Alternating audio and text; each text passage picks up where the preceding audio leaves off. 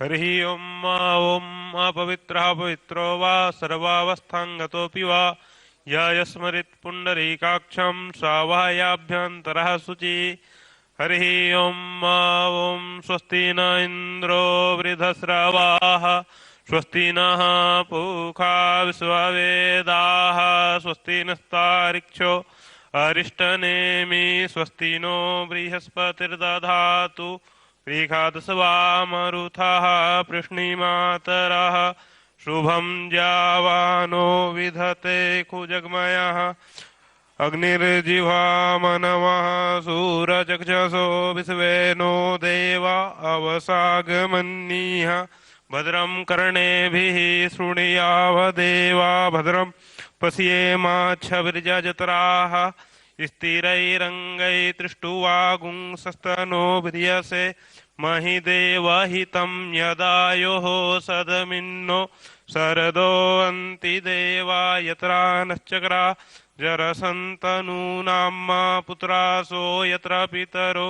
भवन्ति मानो मध्यारीरिखतायुर्गन्तोः द्यो अदितिरन्तरिक्षमदितिर्माता स पिता सपुत्रः विश्वे देवा अदितिः पंचजना अदितिर्जातमदितिर्जनित्वम्।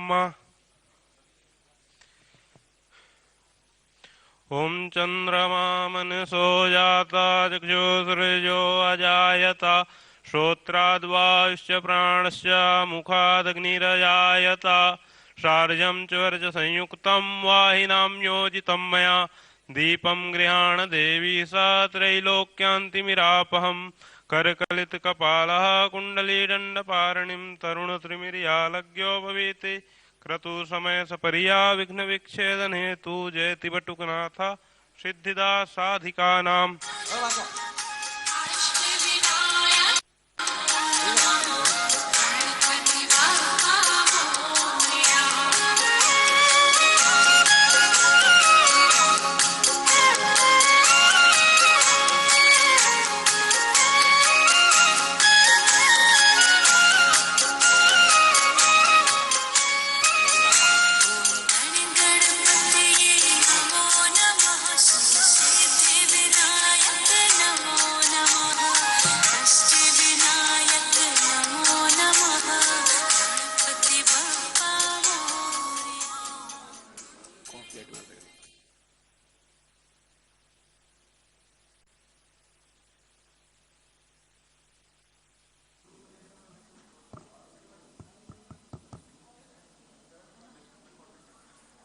हर शुभ कार्य के पहले प्रथम पूज्य गणपति महाराज की वंदना करके कार्यक्रम की शुरुआत करते हैं, ताकि सारी चीजें स्मूथ जाती रहें, सब कुछ अच्छा होता रहे। तो इस परंपरागत शुरुआत के बाद हम जिस लिए ये आयोजन रखा गया है उस दिशा में हम आगे बढ़ेंगे, और उसके पहले हम हमारे अतिथि महोदय का हम स्वागत करना चाह रहे थे कि पुष्पगुच्छ से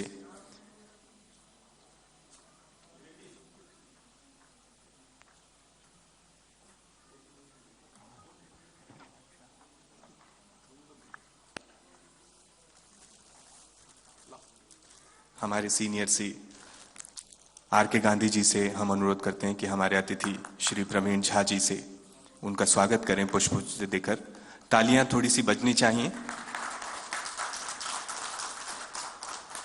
प्रवीण झा जी बिलासपुर शहर के जाने माने व्यक्ति हैं। सिर्फ कार्य के क्षेत्र में ही नहीं, सामाजिक क्षेत्र में भी जो भी चीजें कार्यक्रम या गतिविधियां बिलासपुर में होती हैं उनका एक अहम योगदान रहता है। इसलिए कार्यक्रम की शुरुआत हमारा जो पहला पैनल है हम उन्हीं से कर रहे हैं। बहुत सारी बातें इस पैनल में होंगी, तो हम आर के गांधी जी से हम अनुरोध करेंगे कि इस पैनल को आगे बढ़ाएं। आज की ये जो चर्चा है प्रवीण झा जी से, उसे शुरुआत करते हैं। सर जी बहुत बहुत धन्यवाद। और हमारे इस खास कार्यक्रम में जितने भी आगंतुक है, गणमान्य नागरिक हैं बिलासपुर का, मैं उनका तहे दिल से शुक्रिया अदा करता हूं इस कार्यक्रम में शामिल होने के लिए। प्रवीण झा जी हमारे साथ में मौजूद है, समाज सेवी हैं, और चूंकि ये जो थीम है प्रवीण जी, विकास की गारंटी की बात साधना न्यूज के साथ, क्योंकि इन दिनों गारंटी की बहुत बात हो रही है और विकास को आप भली भांति समझते हैं। विकास की परिभाषा ये कही जाती है कि किसी भी व्यक्ति का सामाजिक और आर्थिक विकास, मानसिक भी, और चूंकि आपका स्ट्रगल काफी रहा, आप काफी नीचे से बॉटम टू टॉप, तो आप विकास को किस तरह से परिभाषित करेंगे अगर आपके अनुसार से अगर समझा जाए तो? प्रवीण जी। धन्यवाद साधना न्यूज उनके टीम को जो मुझे ये अवसर दिए, जो आपके साथ कुछ बिलासपुर की बातें कर ले। विकास की परिभाषा जो है हर लोग अलग अलग ढंग से करते हैं। एक संपूर्ण विकास तब होगा जब हम सामाजिक क्षेत्र में, आर्थिक क्षेत्र में और एजुकेशन के क्षेत्र में, मेडिकल के क्षेत्र में पूरा जब संपूर्ण विकास होगा तब असली विकास होगा। आजकल लोग ये समझते हैं अच्छी सड़कें बन गई, बड़ी बड़ी ऊंची इमारतें बन गई, उसको विकास समझ लेते हैं।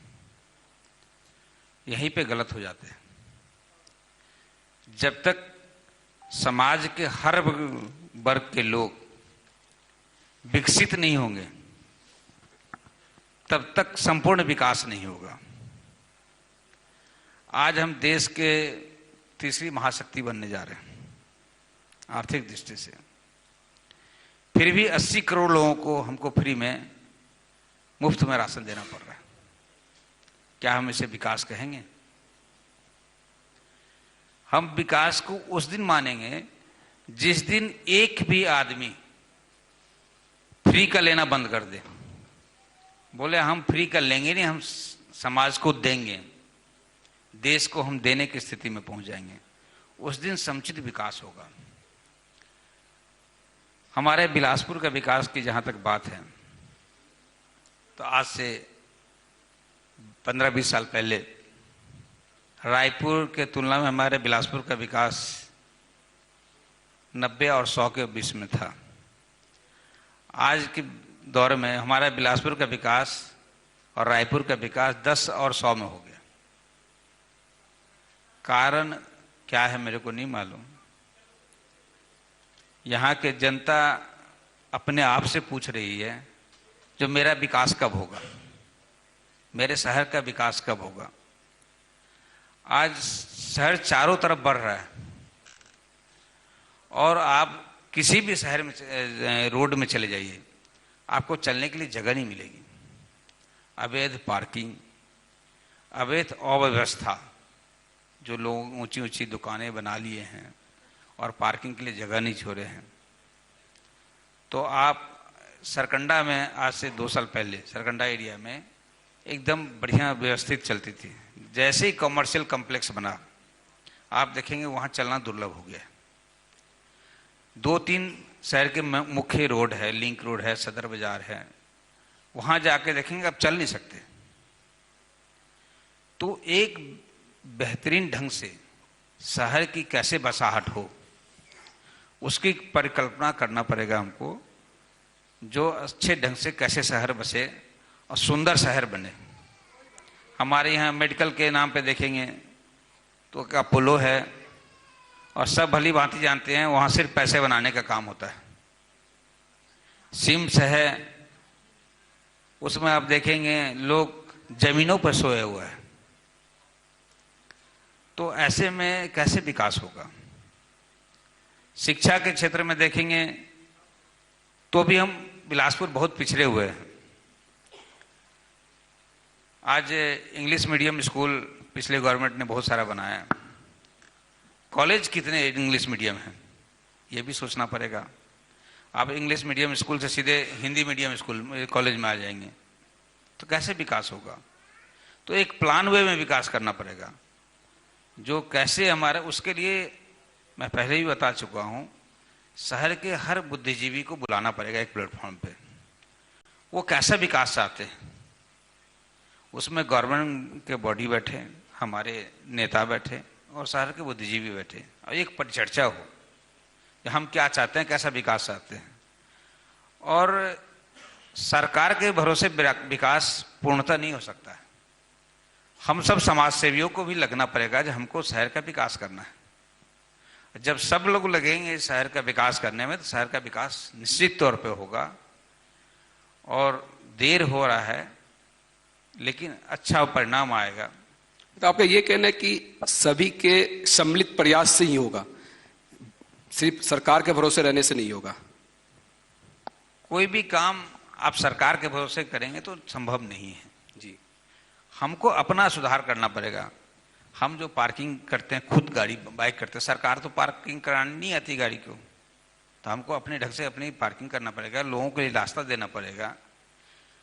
अब चंद पुलिस वाले हैं, वो कहाँ से पार्किंग कराएंगे? जी। तो आपको अपनी व्यवस्था सुधारने के लिए खुद को आगे बढ़ना पड़ेगा। चलिए, एक आपके व्यक्तित्व की जब चर्चा होती है तो कहा यह जाता है कि कोल इंडस्ट्रीज में आपने क्रांति लाई। आपको नहीं लगता कि किसी भी क्षेत्र में क्रांति एक अहम भूमिका रखता है? चाहे विकास हो, चाहे उस क्षेत्र की तरक्की की बात की जाए, क्रांति तो लानी पड़ेगी, बीड़ा तो किसी को उठाना पड़ेगा। हर क्षेत्र में क्रांति की जरूरत है और जब तक मन में दृढ़ निश्चय न हो जो हमें आगे बढ़ना है और लोगों को लेके बढ़ना है, खुद से आगे बढ़ेंगे तो उतना विकास नहीं होगा, ना खुद का होगा ना समाज को होगा। आप नई क्रांति लाना चाहते हैं तो सबको लेके चलेंगे। जिस दिन सबका विकास सोचेंगे उस दिन आपका भी विकास होगा, समाज का भी विकास होगा। और क्रांति तो हर क्षेत्र में लानी पड़ेगी। अभी बहुत सारे ऐसे क्षेत्र हैं, जैसे आप इंडस्ट्री के लाइन में लेंगे तो बिलासपुर में जितनी इंडस्ट्री आनी चाहिए उतनी नहीं आई। एक इंडस्ट्री लाने के लिए, मदद करने के लिए 1-2 डिपार्टमेंट होती है और नहीं लाने के लिए 40 डिपार्टमेंट है। ये इंडिया की विडंबना है। लेकिन कहा यह जाता है कि अब तो सिंगल प्लेटफॉर्म हो गया है, सारी चीजें अब सिंगल प्लेटफॉर्म पे हो जा रही है, सरकार इसको लेकर दावे भी करती है। कहने और करने में अंतर है जी। हम कहते हैं कुछ और करते कुछ है। आप किसी भी उद्योगपति से अगर बुला के पूछेंगे तो उनका मैक्सिमम टाइम जो ग्रोथ प्लांटों को विकास में लगाना चाहिए वो ऑफिसों के चक्कर में काटते हैं और काम नहीं होता। चाहे भाजपा की सरकार रही हो, चाहे कांग्रेस की सरकार हो, किसी भी सरकार रही, जब तक अधिकारी प्रवृत्ति, इंस्पेक्टर राज जो मोदी जी का कल्पना था, जो इंस्पेक्टर राज खत्म करना है, वो हुआ नहीं अभी तक वास्तविक रूप में। केंद्र में कुछ सुधार हुई है, राज्यों में सुधार बचा हुआ है। आपको ये नहीं लगता कि जो विकास है, हर कालखंड में विकास को लेकर बहुत सारी बातें कही जाती रही? पहले यह था कि 1 रुपया भेजा जाता है, 19 पैसा पहुंचता है हितग्राहियों के पास में। अब तो डायरेक्ट बेनिफिशियरी स्कीम है, व्यक्ति तक तो अब सीधे पूरा जो उसका वाजिब हक है मिल रहा है। नहीं, पहले से तो काफी सुधार हुआ है जी। पहले से व्यवस्था में काफी सुधार हुआ है। पहले राजीव गांधी जी बोलते थे, स्वर्गीय राजीव गांधी जी, भाई 1 रुपया बेचते हैं तो 10 पैसा 19 पैसा मिलता है। अब मोदी जी ने उनका नया रूप दे दिया है, हर घर खाता खुल गया है और सीधा पैसा उनके खाते में आता है, बिचौलिए धीरे धीरे खत्म हो जाए। लेकिन सालों का जो अव्यवस्था है वो दिनों में नहीं सुधरेगा, महीनों में सुधरेगा। तो चल रहा है, विकास चल रहा है, नई सरकार आई है, नई व्यवस्था करेगी, नई टीम नई ऊर्जा के साथ करेगी। ऑफिसर्स तो वही रहते हैं। हमारे यहाँ कहावत है, दूल्हा बदलता है बाराती वही रहता है। तो इसीलिए दूल्हा बदल गया, बाराती वही है, तो बाराती को दूल्हे के हिसाब से ठीक होना पड़ेगा। कहा यह भी जाता है कि सत्ता का चेहरा बदलता है, चरित्र वही होता है, रह जाता है। नहीं, चरित्र तो आदमी के हिसाब से बदल जाता है जी। लेकिन जो अधिकारी, सत्ता को लेकर मैंने बातें कही। हाँ, सत्ता तो लेकर के अब हमारे उच्च श्रेणी में कौन बैठा हुआ है उस पर डिपेंड करता है। तो अब उम्मीद है लोगों को, छत्तीसगढ़ की जनता को, जो अभी जो मुख्यमंत्री बैठे हैं वो सरल स्वभाव के लोग हैं, ज़्यादा उनको तामझाम पसंद नहीं है।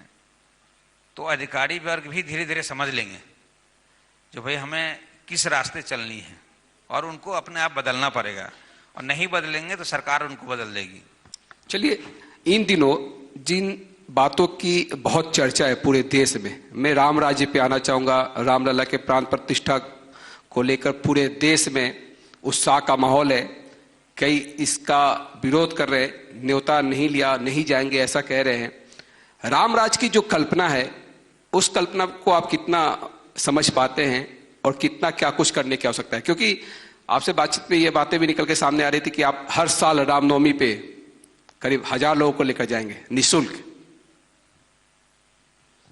देखिए, हिंदुस्तान जो है सनातनियों का शुरू से रहा है। कुछ आक्रांताओं के द्वारा इस देश को, सनातन को खत्म करने के लिए बहुत सारे प्रयास किए गए। आप देखे होंगे, हमारे किताबों में भी मिलेगा, हमारे यहाँ ऋषि मुनि का देश है। ऋषि मुनि जो है, तपस्वी लोग, पूरे आप देखेंगे पूरे वर्ल्ड में 4 ऋतुओं कहीं नहीं होती है। कई देश तो ऐसे हैं जहाँ 18 घंटे रात होती है और 6 घंटे दिन होता है। फिर दूसरे समय में हमारे यहाँ सारे ऋतुएं होती है, और हमारे यहाँ एक बड़ा तबके को लोगों को ये जीवन यापन मंदिरों के द्वारा हो जाता है। तो ये देश जो है सनातनियों का रहा है। और राम जी वनवास पिछले बार, जब पिछले अपने जीवन यापन में 12 साल के वनवास गए थे, इस बार 550 साल का वनवास हो गया था। लेकिन हमारे देश के यशस्वी प्रधानमंत्री जी जिस दिन प्रधान कुर्सी पे बैठे थे, उस दिन उन्होंने सोच लिया था राम राज की कल्पना। जब तक, क्योंकि राम जो है हर घर में, हर दिल में वास करते हैं, और जितने भगवान अवतरित हुए हैं सबका अपना अपना एक उद्देश्य था। तो भगवान राम जो थे वो बेसिकली थे कैसा आपको एक मर्यादा पुरुषोत्तम। आप देखेंगे कोई भगवान राजा के रूप में नहीं थे, सिर्फ राम ही एक राजा रहे। तो राज काज कैसे चलाना है और आपको राजधर्म कैसे पालन करना है, इसके लिए राम जो है अवतरित हुए थे। और कमोवेश मोदी जी भी का कल्पना जो है इसी तरह का है, जो हम राम राज स्थापित करेंगे। तब राम अगर स्वयं आ जाएंगे अपने जन्म स्थल पर, तो एक विकसित भारत, एक सनातनियों का भारत, समृद्धशाली भारत जरूर बनेगा। लेकिन इस बीच में एक बहस का मुद्दा यह भी बना हुआ है कि धर्म की राजनीति, राजनीति का धर्म, इसमें जो अंतर है इसको आप किस तरह से रेखांकित कर पाएंगे? देखिए, जब आप काम करेंगे तो आपको आलोचना होगा, नहीं करेंगे तो आलोचना नहीं होगा। तो हमेशा जो आगे बढ़ता है काम करने में, उसका आलोचना हमेशा होते आया है। तो कुछ वर्ग है जो हम कर नहीं पाते हैं तो हम आलोचना करके अपना निश्चिंत हो जाएं, तो कुछ आलोचना हो रही है। लेकिन जिसका हृदय में, दिल में और सांसें चल रही है, उसके सांसें में राम है। तो वो अपनी वाणी से जरूर विरोध कर रहा है, लेकिन अपने अंतरात्मा से विरोध नहीं कर पा रहा है। माना यह भी जाता है कि अगर कोई विकास के लिए प्रतिबद्ध है, जैसे आप समाज सेवी हैं, सोशल एक्टिविटीज में रहते हैं, तो क्या पॉलिटिक्स में आना जरूरी है सोशल वर्क के लिए या समाज में परिवर्तन लाने के लिए? कई बार क्या होता है, जो आप काम करना चाहते हैं तो एक समाज सेवी जो होता है या उद्योगपति होता है, उसकी अपना एक दायरा रहता है। और आजकल जो अधिकारी वर्ग हैं वो बिना नेता का सुनता नहीं है। तो जब नेता का नहीं सुनता है तो आपको कुछ जो और काम करना है तो वो पॉलिटिक्स में थोड़ा सा आना पड़ेगा आपको, ताकि जो है जो काम अधूरा है उसको आप पूरा कर सकते हैं। जैसे जहाँ तक विकास की बात करेंगे तो हम समाज सेवी अगर कलेक्टर के पास जाते हैं तो इधर उधर की बात करके घुमा देते हैं। लेकिन वही राजनेता, एक दबंग राजनेता, अगर उनको बोलेंगे जो हमारे शहर में ये विकास है, तो उनकी आधी रात को सुनेंगे और काम करेंगे। इसलिए कुछ ज़्यादा विकास करने के लिए राजनीति जरूरी है। चलिए, एक मैं प्रसंग देख रहा था, आपसे संबंधित ही है, कि आप लोगों को मदद पहुंचाने के लिए जो आपकी अपनी अर्धांगिनी पत्नी के साथ चर्चा हुई और गाड़ी का नंबर आपने 006 या 6006 ऐसा कुछ नंबर आपने रखा, इसकी कल्पना और इसका कितना फायदा हुआ आपकी जिंदगी में कि लोग अगर राह चल रहे हैं और आपकी गाड़ी दिखा रहे ये व्यक्ति जा रहे हैं, इनसे जो उम्मीद है पूरी हो सकती है? नहीं, क्या होता है ना, कभी भी आप जैसे विधायक वर्ड लिखते हैं लोग अपनी गाड़ियों में, तो इसलिए लिखते हैं ताकि लोग उनको पहचाने, कोई मदद की जरूरत हो तो उनको मदद के लिए रोक सकते हैं और बात कर सकते हैं, लोग एंटी हो जाते हैं। तो मैंने सोचा कि भाई मैं अपनी गाड़ी का कुछ नंबर स्पेशल रखूं, ताकि जब भी हम कहीं जाएं या हम रास्ते में चलते रहें गाड़ियों से, तो लोगों को ऐसा लगा कि ये व्यक्ति से, प्रवीण झा से मुझे कुछ काम है, तो हमारे गाड़ी को हाथ दे करके रोक सकते हैं, हम वहाँ समस्या उनसे सुन सकते हैं और उनके लिए उपलब्ध हो सकते हैं। इसलिए हमने एक आइडेंटिफिकेशन रखा जो हम गाड़ी के अंदर में भी, तो मेरे गाड़ी से लोग जान जाएं गाड़ी के नंबरों से। चलिए अर्जुन, कुछ आपके सवाल? समाज सेवा की बात आपने कही और जिस तरह से आपने अभी प्रस्तुति भी दी, सर ने गाड़ी की बात कही और आपने नंबर से उसे जोड़ा। जो क्षेत्र है बिलासपुर बड़ा घनी आबादी वाला क्षेत्र है, बहुत लोगों के पास में, जिस तरह से आपने बताया कि यहाँ पे जो तंत्र चल रहा है हमें पूर्णतः डिपेंड सरकार के ऊपर नहीं होना चाहिए। आपके मन में भी कुछ होगा कि किस तरह से जो है लोगों को करना चाहिए, वो थोड़ा सा आप बता दें हमें। आजकल के बच्चे में थोड़ा सा जो है ना, थोड़ा सा मन में ये रहता है, जो मैं अभी जो ग्रेजुएशन कर लिया हूँ, बीकॉम कर लिया हूँ, एमकॉम कर लिया, मैं आगे क्या करूँ? सबको सरकारी नौकरी तो मिल नहीं सकती, सरकारी नौकरी में आरक्षण की और दूसरी सरकारी भर्ती बहुत कम होती है।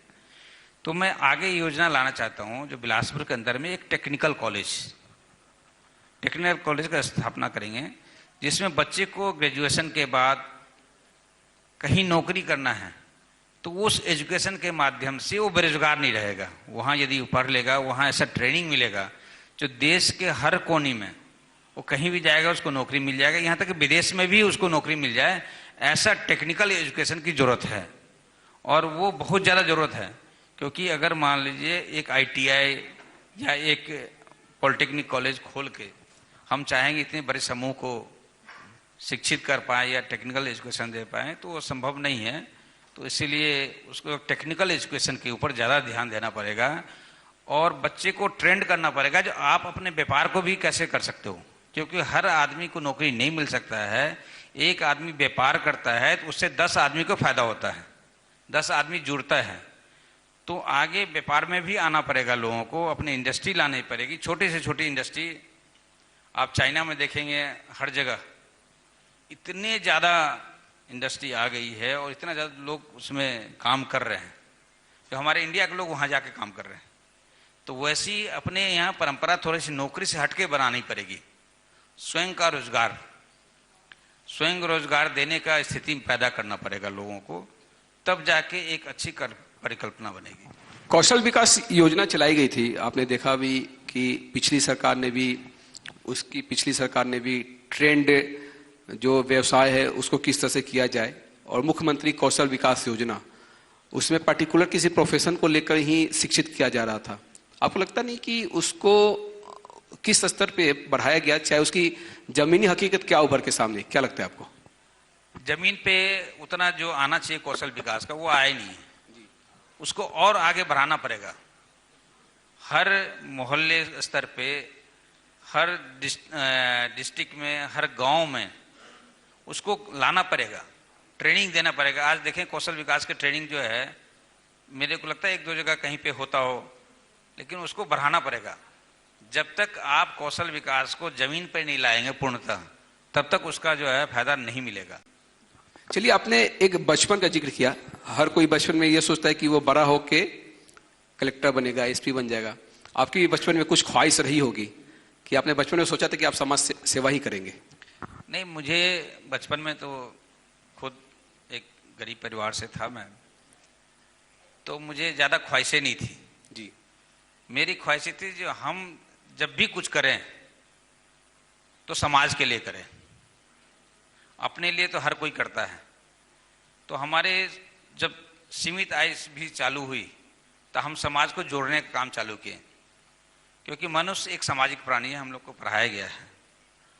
तो आपको बहुत ज़्यादा संतुष्टि तब मिलेगी जब अपने भोजन के अलावा दूसरे की भोजन की चिंता करेंगे जी, तब आपको अच्छी संतुष्टि मिलेगी।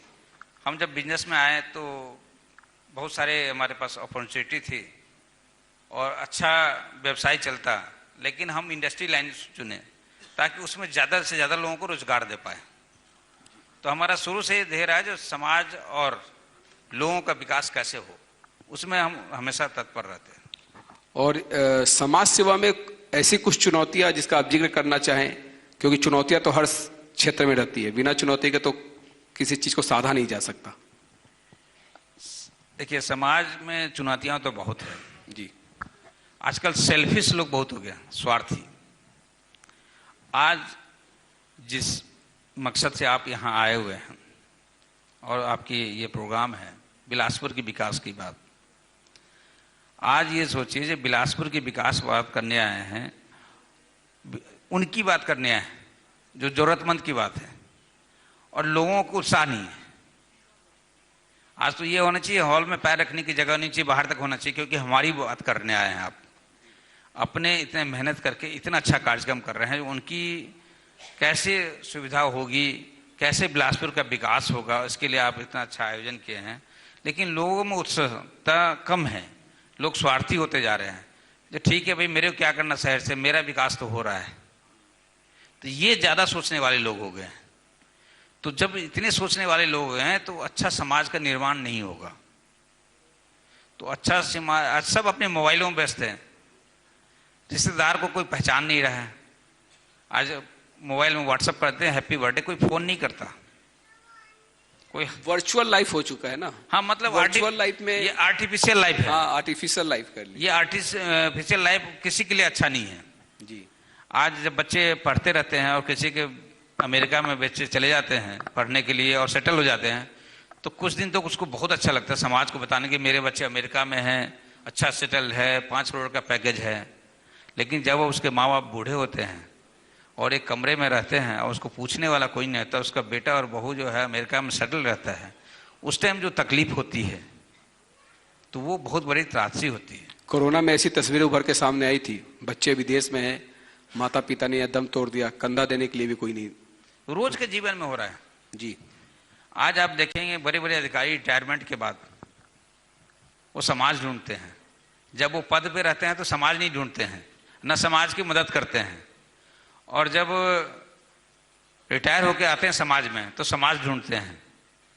तो उनको बहुत ज़्यादा पीड़ा होती है। इसीलिए मैं लोगों को बोलता हूँ, जब भी जिस जगह पे हो आप समाज की मदद करो। अगर बोओगे आम का तो बबूल नहीं मिलेगा, आप बबूल का पेड़ बोओगे तो आम नहीं मिलेगा। एक बात आपने कही कि इस कार्यक्रम को लेकर हमारी कोशिश ये होती है कि लोकतंत्र में सभी आयामों की अपनी भूमिका है, न्यायपालिका, विधायिका, कार्यपालिका, मीडिया भी अपने आप को चौथा लोकतंत्र स्वयंभू समझ ही लेता है। और अगर किसी को कोई हक नहीं मिल पा रहा है तीनों स्तंभों से, तो मीडिया ही एक रास्ता बचता है कि चलो इन तक अपनी आवाज़ पहुंचाया जाए, फिर हम आवाज़ सिस्टम तक पहुंचाते हैं। अक्सर ये भी होता है कि किसी को पीएम आवास नहीं मिला, चाहे वो हितग्राही है, चाहे किसी को कोई अगर योजना का लाभ नहीं मिल पा रहा है, तो कोशिश ये होती है कि उन तक वो हक उनको मिल जाए। बहरहाल बहुत सारी योजनाएं हैं, योजनाओं पे तो अक्सर बात होती रहती है। मैं तो आपसे ये समझना चाह रहा हूं कि बिलासपुर को लेकर जब चर्चा होती है तो किसी भी शहर का विकास इससे समझा जा सकता है कि उसका संपर्क रेलवे, हवाई मार्ग, सड़क से कितना अच्छा है। ये तो तीनों यहाँ पे मौजूद है। गगनचुंबी इमारतें हैं। आप देखिए कि रेलवे में भी माल ढुलाई में सबसे ज्यादा राजस्व यहाँ से जाता है, फिर भी क्यों? मतलब अक्सर ये कहा जाता है कि हमको बजट में उतना कुछ नहीं मिल पाया जितना मिलना चाहिए। ये बिलासपुर की विडंबना है जी। उड़ान योजना के तहत जो है देश में 100 एयरपोर्ट आया, सबसे दयनीय स्थिति बिलासपुर एयरपोर्ट की है। आज 2 साल से धरना चल रही है। तो बिलासपुर में जो है काम पता नहीं क्या अपशगुन है, जो भी काम होता है उतना डेवलप नहीं हो पाता है। आज एयरपोर्ट में जाएंगे तो आपको 1 घंटा पहले पता चलेगा आपकी फ्लाइट कैंसिल हो गई। सबसे दयनीय स्थिति है। तो इसके लिए सारे लोग जिम्मेदार हैं।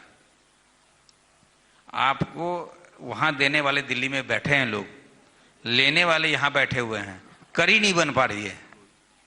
आज देखेंगे रेलवे में सबसे माल ढोने वाला स्थिति आपने छत्तीसगढ़ में बिलासपुर की है, बिलासपुर जोन की है। और यात्रियों के लिए सुविधा देखेंगे सबसे दयनीय स्थिति यही है। रोज आए दिन 10-15 ट्रेनें कैंसिल हो जाती है और आपको पता ही नहीं, आपको इमरजेंसी काम में जाना है, आपको ट्रेन नहीं मिल रहा, कैंसिल हो गया। तो ये बड़ा दुर्भाग्य है, ना हमें ट्रेन मिल पाई ना हवाई जहाज मिल पाया। चलिए, तो एक बात और मैं समझना चाहूंगा कि तमाम यहाँ पे विकास को लेकर चर्चा हुई, आपके जहन में कुछ ऐसी बातें जो आप इस मंच से रखना चाहेंगे प्रवीण जी? देखिए, अभी नई सरकार से बहुत उम्मीद है लोगों को जी। तो लोग जो है उम्मीद रखे हैं सरकार से, और विकास तो होगा।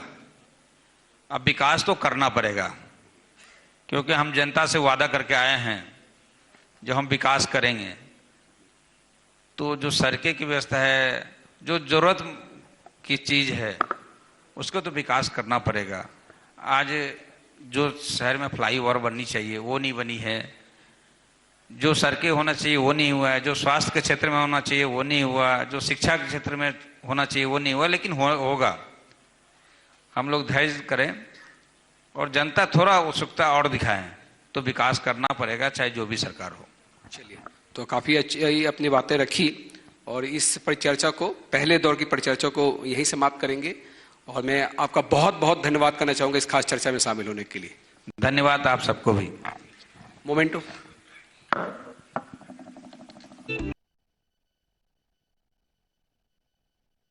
इस कार्यक्रम